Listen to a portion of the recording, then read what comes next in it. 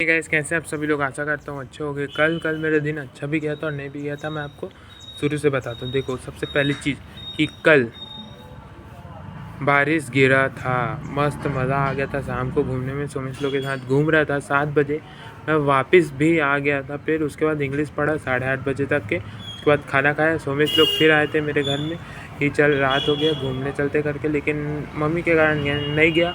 और मेरे को भी 10 बजे तक के वापस भी आना था क्योंकि पढ़ना भी रहता है, इसलिए तो मैं गया ही नहीं। ठीक है, तो ये एक चीज़ हुआ। फिर रात को वही है कि रात को अपने आप को जगा रहा था, ये कर रहा था, वो कर रहा था, वीडियो देख रहा था।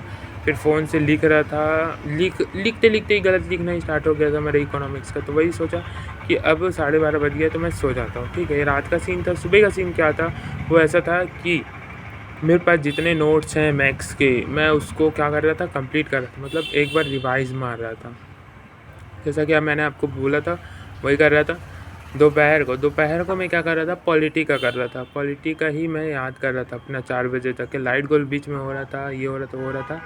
तो चलो ठीक है, पॉलिटी का कर लिया। शाम को इंग्लिश का हो गया। रात को भी पॉलिटी और इंग्लिश का ही देख रहा था और मन के जरूर कुछ नहीं हुआ। अभी रीजनिंग का नहीं कर रहा हूँ। ठीक है, आज से फिर वही सेम टू सेम करूँगा। आज मैथ्स सुबह, दोपहर को पॉलिटी, शाम को इंग्लिश, रात को रीजनिंग। और हाँ, एक और चीज़, अगर मैं कहीं और काम पे चले जाता हूँ या फिर घूमने चले जाता हूँ तो मेरा जो टारगेट है वो मिस हो जाता है। मैं कवर ही नहीं कर पाता हूँ। 8-10 घंटे का टारगेट है ना, इसीलिए तो वही है, घूमना जाना कम करना पड़ेगा। अभी जितना टारगेट है उसको जल्दी जल्दी अचीव करना है। ठीक है, हाँ। और अब मेरा टारगेट बढ़ गया 22 नंबर। पहले 17-18 नंबर था जो अचीव हो रहा है।